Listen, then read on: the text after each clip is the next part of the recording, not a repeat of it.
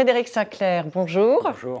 Ancien conseiller du Premier ministre Dominique de Villepin, analyste politique, vous êtes également essayiste. Après la sortie en 2016 de la refondation de la droite, vous publiez chez Salvatore « La droite face à l'islam ». On pourrait dire la droite conservatrice face à l'islam. Alors, rentrons tout de suite dans le vif du sujet. Vous défendez la théorie du choc des civilisations de l'américain Samuel Huntington, exprimée dans les années 90. Et selon cette théorie, lors de l'été 2016, l'attentat du 14 juillet à Nice est un épiphénomène par rapport à l'affaire du Burkini qui a suivi. Oui. Un peu provoquant quand même, non? Alors, un peu provoquant, mais en même temps, je pense que quand on relit correctement la théorie du choc des civilisations, on se rend compte que c'est le paradigme civilisationnel qui est mis en avant plus que le choc. C'est-à-dire que ce livre a irrité beaucoup de gens oui. Parce qu'ils ont focalisé leur attention sur le choc. Il aurait fallu le lire en regardant la place qu'Huntington donne au paradigme culturel, c'est-à-dire à la question de la culture et de la civilisation comme méthode d'analyse des phénomènes contemporains. Et effectivement, en 2016, au moment de l'attentat, on ne peut pas dire que le Burkini soit plus tragique que la mort de 89 personnes. Donc bien évidemment, le terrorisme... Sans compter les blessés, oui. Exactement. Le terrorisme, j'ai moi-même perdu des connaissances dans cet attentat. Donc le terrorisme reste le phénomène le plus tragique de notre époque, mais il est moins symptomatique du basculement civilisationnel que nous sommes en train de vivre que le Burkini. La preuve, c'est que le terrorisme ne fera basculer ni notre République, ni notre civilisation. Nous sommes armés pour lutter contre le terrorisme et nous avons vu, par l'intermédiaire du Conseil d'État, que nous étions démunis face à un maillot de bain. Oui, puisque le Conseil d'État est revenu sur l'interdiction du Burkini. Absolument, il a annulé l'arrêté municipal qui avait été posé par le maire de Villeneuve-Loubet, ce qui a rendu caduque la totalité des arrêtés. Donc un Burkini, un maillot de bain, met en défaut la République, les attaques via la laïcité. Alors justement, on va y revenir. Vous dites que la France se trompe totalement parce qu'en fait, elle attaque l'islam politique et que c'est un mauvais combat. Alors expliquez-nous. L'islam politique est une réalité, sauf que c'est une réalité géopolitique. C'est une réalité en terre d'islam, du Maghreb à l'Asie du Sud-Est, en passant par le Proche, le Moyen-Orient et l'Asie centrale. Il y a une vraie liaison concrète politique, gouvernementale. L'islam, en terre d'islam, a vocation à prendre le pouvoir. Ce n'est pas le cas en France. Il y a une volonté de, mais il n'y a pas dans les faits une capacité à. Et donc, en focalisant notre attention sur l'islam politique, on ignore un autre islam, qui est un islam culturel, qui lui touche directement la société civile, qui est, grâce à la neutralisation opérée par le principe de laïcité, à même de librement, en toute légalité, transformer, faire muter la société française, bousculer le quotidien des Français, sans que personne n'y puisse rien. Alors, effectivement, vous dites, vous, pour évacuer cette question de la laïcité et du droit de l'homme, vous déplacez en fait le débat politique et religieux sur le débat culturel. Mais vous allez beaucoup plus loin parce qu'au nom de cette droite conservative, vous indiquez que la culture chrétienne doit l'emporter sur les autres cultures. Donc, ça veut dire, dans l'espace public, plus de voile, plus de viande halal, plus... Donc, il faut expliquer pour que les téléspectateurs comprennent bien. Il y a aujourd'hui... Les internautes. Effectivement, les internautes. Je suis encore à l'ancienne école. Il y a aujourd'hui un quiproquo au sujet de l'islam. On est constamment en train d'aller chercher l'islam en tant que religion. Et je pense que c'est une erreur. Je pense qu'il faut arrêter d'emmerder les musulmans sur leur corpus religieux. On pourra y revenir. Mais je distingue donc l'islam avec un petit i, qui est la religion, que je laisse de côté, et l'islam avec un grand i. Cette distinction est opérée par Rémi Brague. Je la reprends à mon compte. Et je dis que cet islam... spécialiste des religions. Exactement, dans son livre Au moyen du Moyen-Âge. Donc, cet islam avec un grand I touche tout ce qui a trait à la culture, à la civilisation islamique, qui a souvent rien à voir d'ailleurs avec l'islam en tant que religion. Et donc, il y a trois, globalement, types d'islam, avec un grand I, on pourrait dire, qui nous posent problème, c'est-à-dire un islam djihadiste, un islam politique, un islam culturel. Et donc vous vous intéressez à l'islam culturel. Oui, parce qu'en séparant le cultuel du culturel, on préserve la liberté de croire ou de ne pas croire, mais cette liberté ne peut pas être un blanc-seing pour exprimer sa foi dans l'espace public. Il y a un socle culturel qui enveloppe n'importe quelle religion. Et ce socle culturel-là appartient à la nation. C'est la nation française qui doit décider de ce qu'elle a envie d'exprimer ou pas. Renan nous disait que la nation porte un héritage reçu indivise. Cet héritage est chrétien, 15 siècles de christianisme. Oui, non mais je suis très bien votre raisonnement, mais concrètement, ça signifie quoi pour les musulmans les musulmanes qui portent un voile, pour les mosquées? Parce que vous allez très loin en disant à partir du moment où la civilisation chrétienne l'emporte, la culture chrétienne l'emporte sur le reste, vous allez jusqu'à demander que le nombre de mosquées soit limité, oui, que la viande halal disparaisse. Donc vous allez très loin. Non, pas que la viande halal disparaisse, mais non, le principe de cette analyse, c'est de dire, bon, à partir du moment où la religion, qu'elle soit chrétienne, juive, musulmane ou autre, est une relation personnelle entre Dieu et le croyant, privé, ouais, le reste participe du culturel. Et j'explique, en m'appuyant sur un certain nombre de livres qui sont déjà parus, que le halal est en réalité un phénomène culturel qui ne touche plus que la viande aujourd'hui, qui touche le dentifrice, les bonbons Haribo, les baskets, les sacs de sport. Enfin, c'est devenu une hystérisation du halal qui est mis en réalité en scène par des agences au Moyen-Orient. Concrètement, ça veut dire quoi? On l'interdit? Qu'est-ce qu'on veut... Alors, concrètement, ça veut dire que déjà on pose une réflexion sur ce qu'on veut. Ce que vous faites, mais après. Emmanuel Macron veut une société multiculturelle.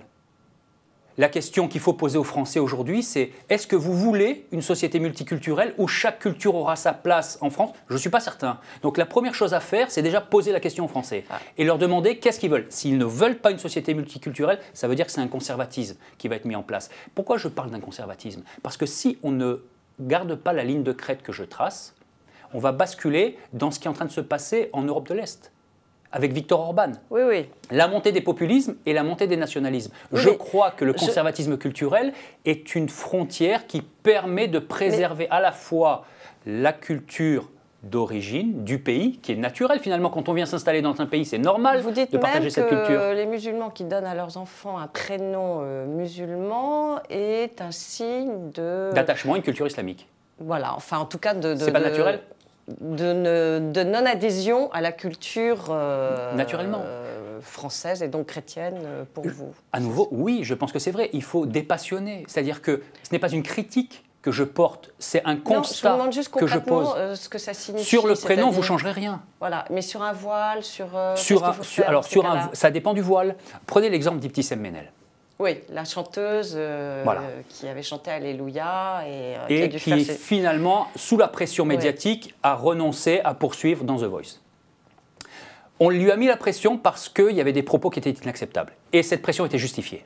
Il fallait le faire. Sur Facebook, anciennement, pas le jour où elle est passée à la télévision. Oui. Il fallait mettre la pression, il fallait qu'elle s'explique là-dessus. En revanche, on a continué ensuite de lui mettre la pression comme si elle était porteuse globalement d'un islam politique. En réalité, ce n'est pas un islam politique, c'est un islam culturel qu'elle porte. Elle chante en arabe, elle vient voilée, mais regardez son... Voilà. Joliment voilée. Ah, exactement. Vous avez mis le doigt sur la question clé. Joliment voilée. Et je vais même dire que la coiffe qu'elle portait au moment où elle a annoncé son retrait, honnêtement, aucune Française n'aurait refusé de la porter. Ça ressemble à un turban, non ? C'est ça, exactement. C'est ça le soft power conservateur. C'est-à-dire instrumentaliser ces outils-là qui servent à embellir les femmes pour les occidentaliser. Il faut le faire avec la langue, et on l'a fait longtemps avec la langue, il faut le faire aussi avec les éléments culturels. Donc l'interdiction arrive en dernier ressort, quand on ne parvient pas. Probablement qu'il faut commencer par interdire les voiles les plus longs. Et ensuite travailler culturellement à nous approprier les autres, les réduire, laisser passer les cheveux, lever le principe d'une obligation. Pour le halal, c'est exactement la même chose. Il faut simplement le contenir. Il faut bien comprendre qu'il y a aujourd'hui un mouvement de... Interdire les bonbons Haribo halal ? Non. Travailler pour faire comprendre aux gens que le phénomène de résurgence islamique qui est décrit par Huntington, qui a commencé dans les années 80, a vocation à envahir la planète. C'est un principe politique au Moyen-Orient, mais il se traduit de façon culturelle chez nous. Si nous ne ciblons pas nos politiques publiques sur la question culturelle, la société civile sera sans défense. Et c'est le principe des Français aujourd'hui. Ils ont l'impression d'être dépouillés face à ce phénomène. Vous vous revendiquez de la droite conservatrice. Oui. Est-ce que vous ne craignez pas qu'on dise qu'on l'assimile à une droite nationaliste, voire identitaire ? Il y a Alors, il y a une vraie frontière entre les identitaires et le conservatisme que je développe. Dites-nous pourquoi.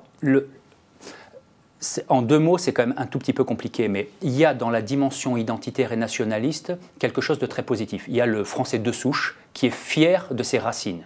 Et ça, c'est quelque part inacceptable pour quelqu'un qui est attaché à sa patrie, mais qui ne veut pas imaginer qu'on puisse venir d'un pays d'Afrique ou d'Asie et être incapable de s'intégrer. Je rappelle quand même que dans l'étude qui a été produite par l'Institut Montaigne en 2016, la totalité des musulmans de la sociologie musulmane de France était divisée en 6 catégories.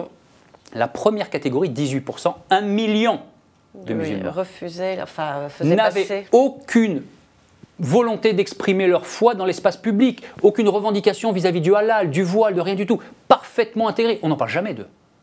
Ils sont l'honneur de la République et de sa capacité d'intégration. Hakim El-Karoui en parle souvent, justement. Bon, il parle aussi beaucoup des catégories 3 et 4 qu'il qualifie d'être fiers d'être musulmans. Donc, je crois que cette catégorie 1 est oubliée. Je crois que c'est elle qui donne la norme, en réalité, de ce que devrait être l'islam en France. C'est-à-dire une relation avec le croyant, mais une culture complètement acceptée.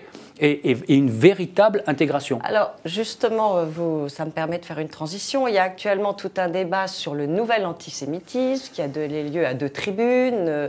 L'une dénonçant ce nouvel antisémitisme lié à l'islamisme et la réponse hier dans Le Monde de plusieurs imams, dont celui de Bordeaux et de Lyon, acceptant quand même qu'il y ait une radicalisation et prônant un islam compatible avec les valeurs de la République. Ça vous a rassuré? Qu'est-ce que vous avez pensé de cette tribune? Je comprends la motivation des uns et des autres. Je pense que la première tribune, qui a été signée assez largement d'ailleurs. Et qui a donné lieu à une polémique après. Exactement. On demandait de revenir sur certains versets du Coran qui étaient je pense que, un petit peu durs. Au regard de ce que j'ai expliqué en introduction, des Juifs. On se trompe de combat. Ce n'est pas le corpus religieux qu'il faut cibler. Le problème n'est pas là. Premièrement, le rapport que les musulmans ont avec un texte sacré est extrêmement divers. C'est pour ça qu'il y a plusieurs courants dans l'islam. L'interprétation du Coran est difficile quand même. Elle n'est absolument pas difficile. J'ai eu l'occasion... Puisque c'est un texte sacré. J'ai eu l'occasion de discuter avec des imams qui ont une interprétation très libre et très spirituelle du Coran, et d'autres une interprétation très littérale.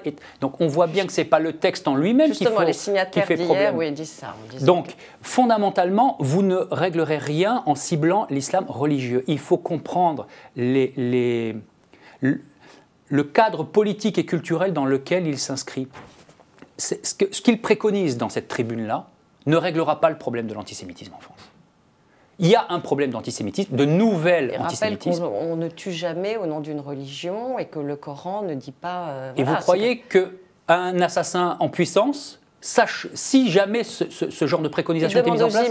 aux imams, en tout cas, une aide... Enfin, ils proposent leur aide théologique pour aider à ce que cette idée ne se répande pas. C'est une naïveté absolue. C'est une naïveté absolue qui va diviser toute une partie des musulmans qui ne comprennent pas pourquoi on s'attaque à un texte sacré que eux-mêmes sont en capacité de lire autrement. Je vous dis, si vous voulez régler les problèmes qui ont lien à l'islam en France, il faut cesser de questionner le corpus religieux. Il faut questionner la périphérie culturelle et politique. Là, en l'occurrence, il y a eu l'antisémitisme est politique. Il y a eu une tribune qui n'émanait pas de religieux, et après il y a eu une réponse des religieux musulmans. Bon, premièrement, si on met en regard l'antisémitisme, ce nouvel antisémitisme et le nombre de juifs qui ont été tués en France, et l'antisémitisme en France par les catholiques et la société civile en règle générale au début du XXe siècle, on se rend bien compte qu'on n'est pas du tout dans les mêmes proportions. La totalité de la société française, quasiment gauche incluse, était antisémite à la fin du XIXe, au début du XXe siècle. Donc on ne va pas risquer aujourd'hui un basculement qui va mener à un nouveau fascisme ou un nouvel hitlérisme. Ça n'arrivera pas. Donc on va arrêter de se faire peur. On nous explique que dans certaines communes, il y a des écoles où il n'y a aucun enfant juif. C'est le cas. Les parents n'ont pas envie. Non, mais ce n'est pas qu'ils n'ont pas envie, c'est qu'ils ont raison, parce ils ont que peur. leurs enfants, exactement, leurs enfants sont menacés. Que ça soit inacceptable, je suis d'accord. Et qui ne le serait pas?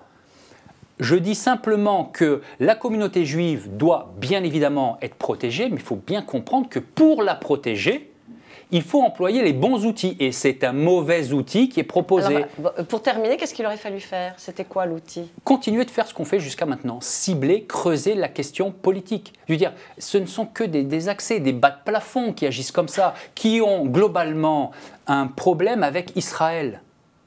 Il est là le nœud. Israël qui d'ailleurs n'a pas de concept de laïcité clairement identifié et donc qui considère que l'État juif et l'État israélien, israélite et israélien, est une seule et même chose. Et donc forcément, ça irrite autour. Il y a une guerre, j'allais dire, décennale, presque ancestrale, avec les populations arabes autour. On ne va pas régler la question de l'antisémitisme en France avec la sourate numéro 9 du Coran. Ça n'arrivera pas. Donc, focalisons notre attention sur les vrais problèmes politiques. Pour le coup, là, maintenant... Non, mais dans le discours, parce que ce que disent ces imams, c'est que dans le discours, il y a effectivement auprès de certains jeunes, alors peut-être des accès, ou je ne sais pas comment vous les avez qualifiés, où ça prend, où un discours antisémite prend. Mais bien évidemment, et le discours contre la France prend aussi, et la volonté d'une islamisation de la société civile prend aussi, et la liberté d'exprimer sa culture partout et d'imaginer que c'est un droit fondamental prend aussi, et la liberté de tuer n'importe qui de façon indistincte en France, à partir du moment où on est irrité parce que je ne sais pas qu'est-ce qui est passé par leur tête. Mais encore une fois, c'est pas en ciblant le Coran en tant que texte sacré que vous réglerez cette question. Je comprends la volonté de le faire, je dis juste qu'on se trompe de voie. Il faut continuer de décortiquer cette volonté politique d'hégémonie que l'islam a aujourd'hui introduit en Occident. Il faut séparer la dimension politique et la dimension culturelle. Et ensuite, il faut permettre aux responsables politiques de dépasser le principe de laïcité et le principe de droit de l'homme tel qu'on le comprend aujourd'hui. Oui, on voit bien que Marcel Gauchet est revenu récemment sur la prison que constituent les droits de l'homme tels qu'on les conçoit. Il n'y a pas de droit fondamental à exprimer sa culture, il n'y a pas de droit fondamental à vivre comme on a envie de vivre. Il y a aujourd'hui un échec de la société multiculturelle. Il faut revenir à des principes de base, ce qui nécessitera quoi? 18% de musulmans parfaitement intégrés en France, ça veut dire 82% de musulmans en rupture progressive avec la culture française. Il faut les amener à grossir ces 18%. Et puis surtout, il va falloir prendre des mesures concernant la migration. Oui, alors c'est un autre sujet. Oui, mais c'est lié. Oui. Extrêmement strict, parce que vous ne pouvez pas ouvrir les portes et en même temps imaginer qu'une personne qui légitimement arrive en France avec sa culture, où on lui demande uniquement de s'intégrer politiquement et économiquement, ce qu'ils font. De s'intégrer culturellement. Ils respectent la démocratie, ils payent leurs impôts, sauf que le volet culturel est constamment oublié. Ils adhèrent à la culture. Très bien. Écoutez, merci beaucoup Frédéric Sinclair, et on a entendu votre coup de gueule. Merci. Au revoir. Au revoir.